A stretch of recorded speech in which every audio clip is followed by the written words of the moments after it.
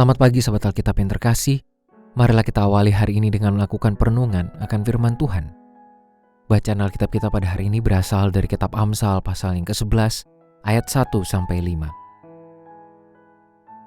Neraca yang curang menjijikan bagi Tuhan, tetapi ia berkenan akan batu timbangan yang tepat.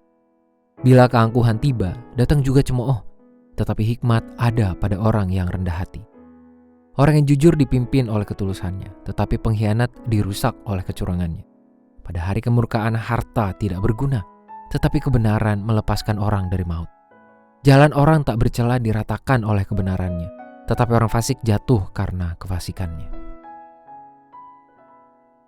Kejujuran merupakan salah satu unsur pembentuk kebudayaan hidup manusia yang sehat.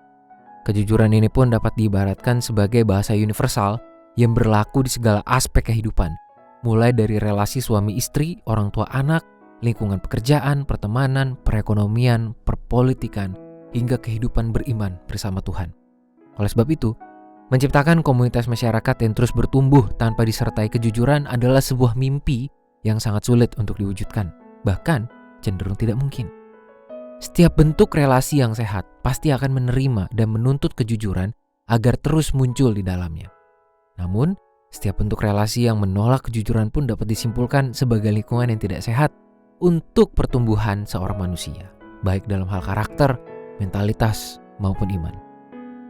Amsal 11 ayat 1-5 pun menampilkan pada kita pentingnya peran kejujuran yang diibaratkan sebagai unsur dalam sikap hidup manusia yang berkenan di hadapan Tuhan. Setiap orang yang hidup tanpa kejujuran sangatlah erat dengan perilaku angkuh dan penuh ketamakan dalam segala laku hidupnya. Hal inilah yang tidak berkenan di hadapan Tuhan.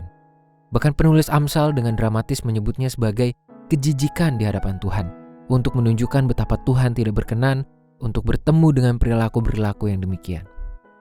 Sahabat Alkitab, teks bacaan dari bagian Amsal pada hari ini bukanlah sebuah wejangan klise yang dapat kita biarkan berlalu begitu saja atau dianggap sebagai sebuah konsep idealisme yang sudah usang.